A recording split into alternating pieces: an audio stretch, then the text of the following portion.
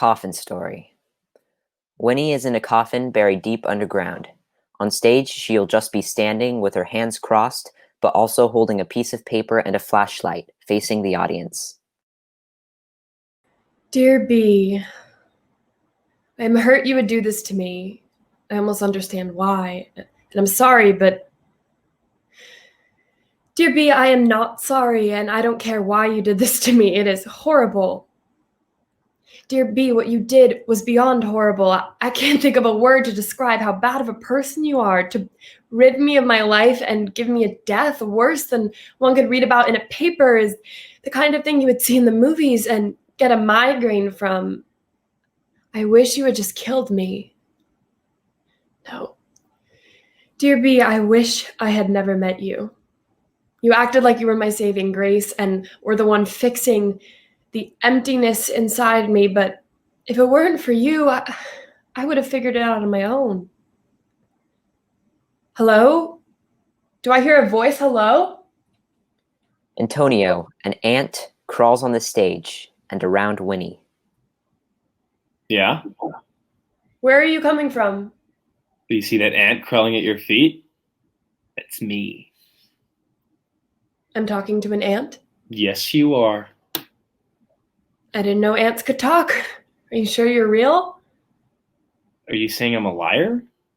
No, I'm sorry. I don't mean to offend you. I just, don't know whether to trust a stranger. Are you really here? Well, what's the difference? I don't want to talk about me anyway. You're the one who's buried alive in a coffin underground. Here, take a walk with me. Stretch your legs. Do I look like I can walk right now? Well, hey, you're talking to an ant. Anything's possible. She takes his hand and they pace around the stage, Antonio still low to the ground.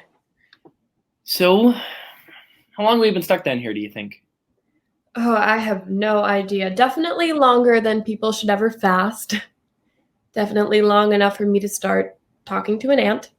Even though that may be true, I'm still glad you're talking to me, because I've been here the same length of time as you, and I'm happy to finally be acknowledged. So, who's B? Oh, he's the guy who got me into this situation. I'm ashamed to say it. Please don't judge me. Do you have a name? I'm afraid I don't. Yes, you do. It's Antonio now. Well, don't judge me, Antonio, but I loved this man before.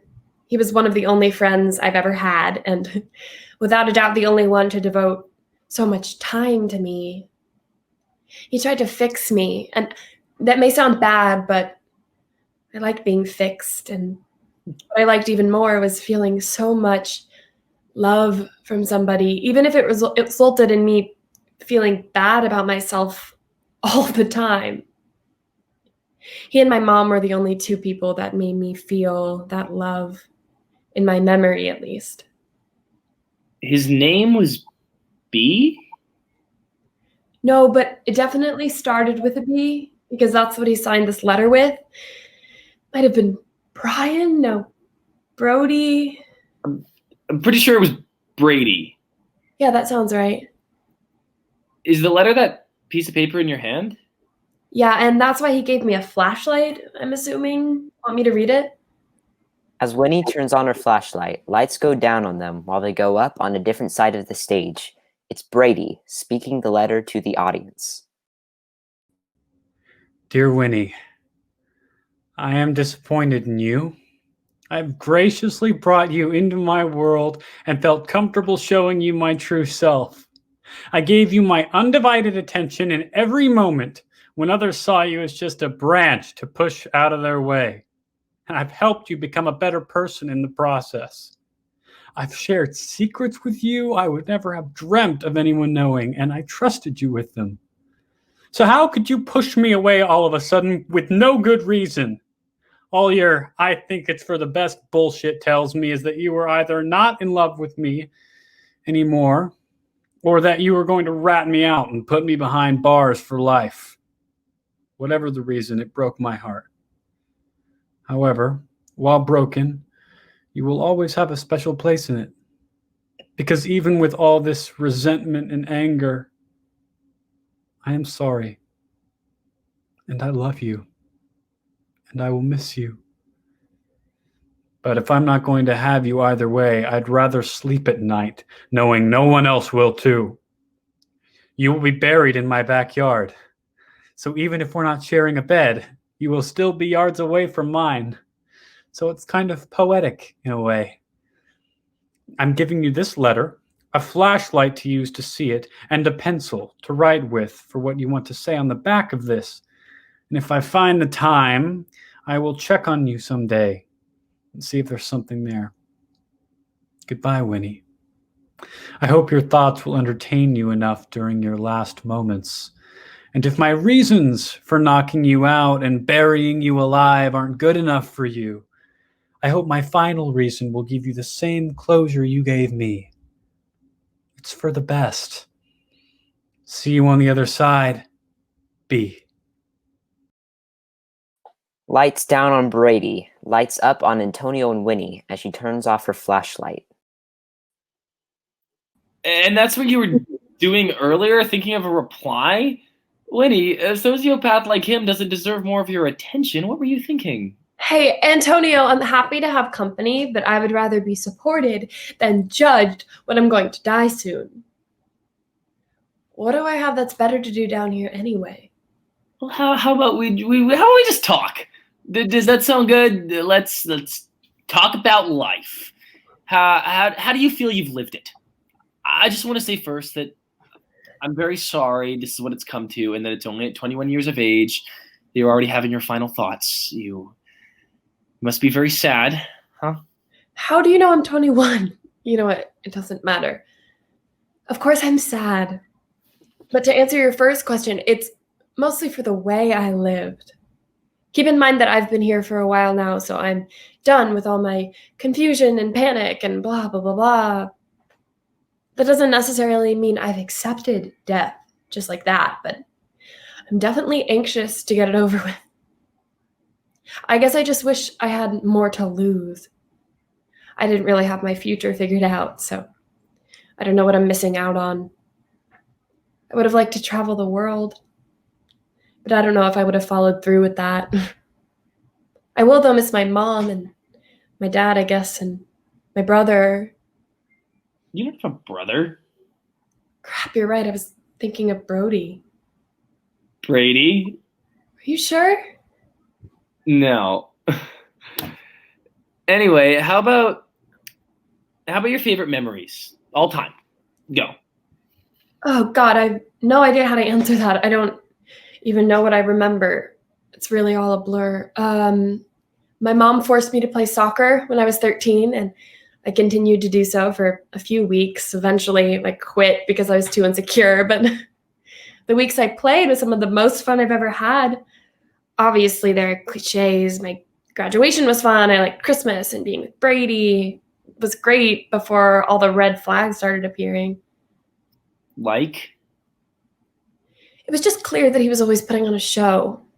But when he was nice, he seemed almost too good to be true, and eventually it became more clear that he was hiding some pretty dark stuff from me. That was before he eventually told me he had killed a man, and that's when I realized who I was with and broke up with him later. In retrospect, what I did was really stupid. I should have went to the police, but I felt too bad for some reason. I know you're judging, but I don't know what to say. He was the only person who ever trusted me. How'd you two meet? Can you stop asking me these complicated questions? Everything I told you is basically all I remember. Brody, soccer, graduation, bedtime. Bedtime? Yeah, my mom putting me to sleep. She would either tell the special monologue or the elephant story. And those are the only two things I can retell every beat to. What's the special monologue? She said it before she turned off my light. Lights down on them and lights up on a different side of the stage where Winnie's mom is facing the audience. You are special, Winnie. Never think for a second that you aren't. Think of the video on YouTube of the cat hugging the baby that you've seen 100 times. If you didn't exist, that video would have way less views. And if it had way less views, it would be recommended to way less people, making way less people have the chance to see that cute cat hug the baby. And that's not a world I want to live in. You may think you're just a child and that everyone knows more than you, but hundreds of thousands of babies are born every day with no idea what Star Wars is. Count the days you've been alive, do the math, and that's a lot of people that get to have you be the one who introduces them to Star Wars. A man named David Wong discovered that if you're under 38, the best joke you will ever hear has still not been told to you. And if you're over 38, you know a joke that will be the best joke that someone will ever hear. What an honor that must be. And the best part of all of this is that you're going to do more and more special things as you get older, and they will be even bigger and grander than everything I just said. So I will tell all of this to you every night, so when you're old and gray, you will still remember how special you really are. Good night, Winnie. Lights down on Winnie's mom, lights up on Antonio and Winnie.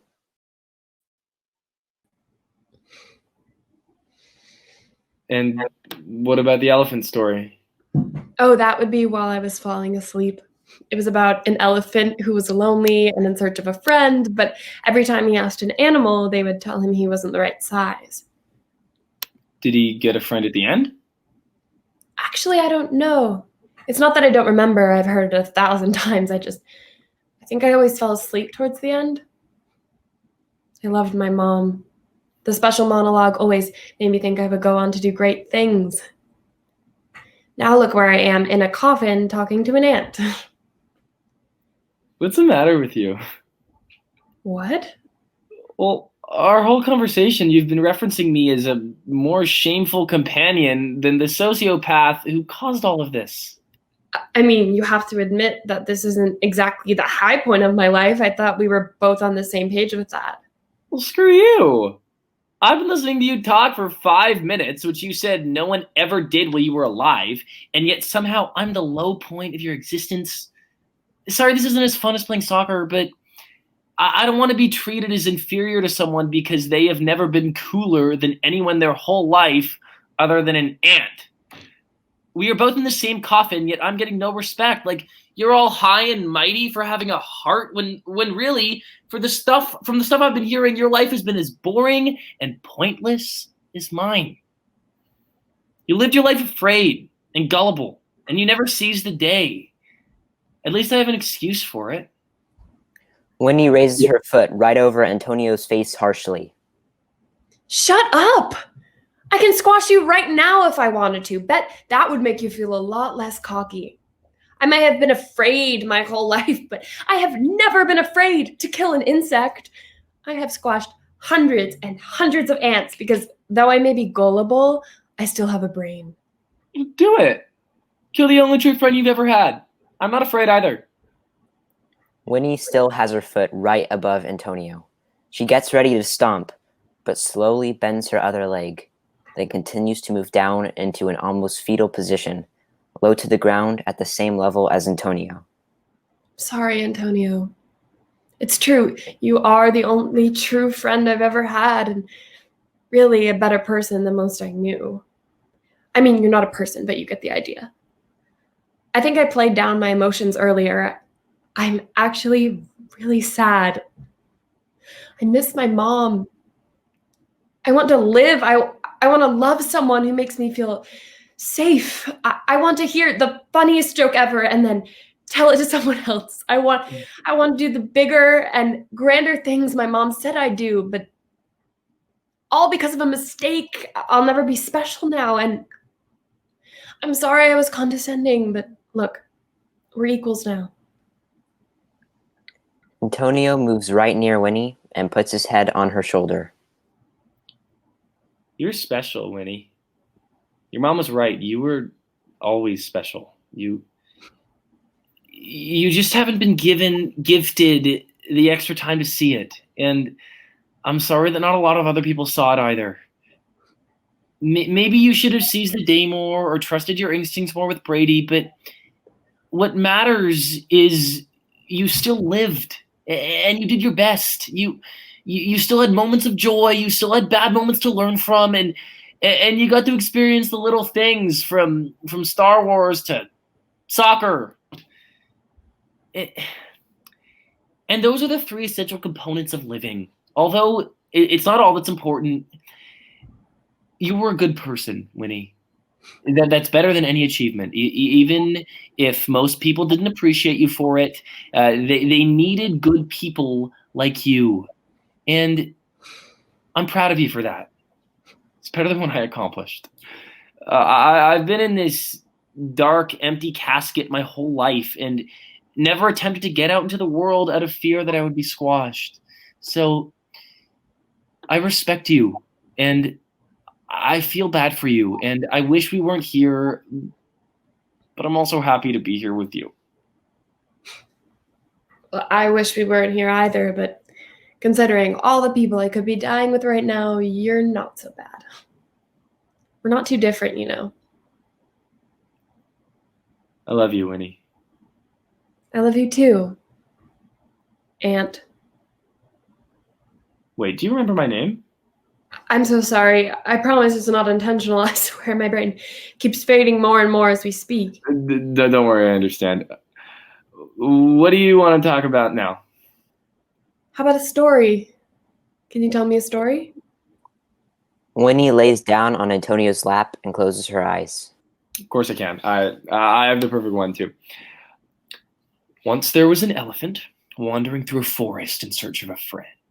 He saw a monkey on a tree and asked it to be his friend. The monkey replied, "You are too big. You cannot swing from trees like me." Next, the elephant met a rabbit and asked it to be his friend. But the rabbit said, "You are too big to play in my burrow."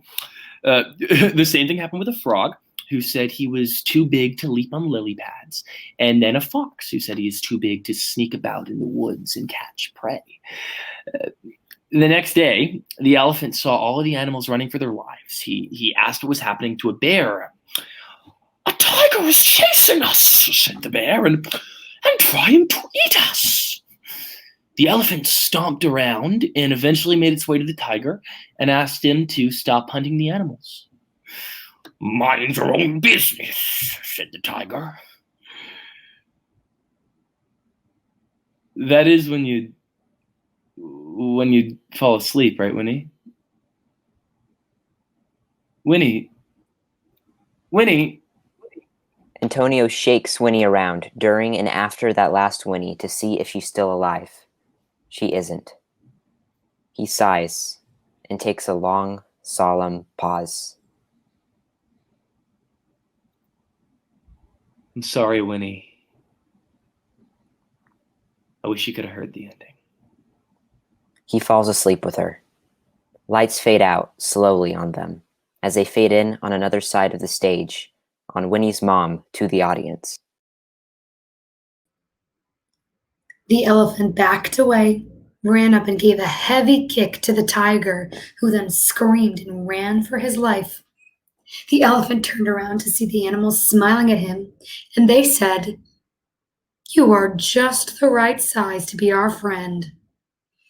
And the elephant, for the first time in his life, felt happy.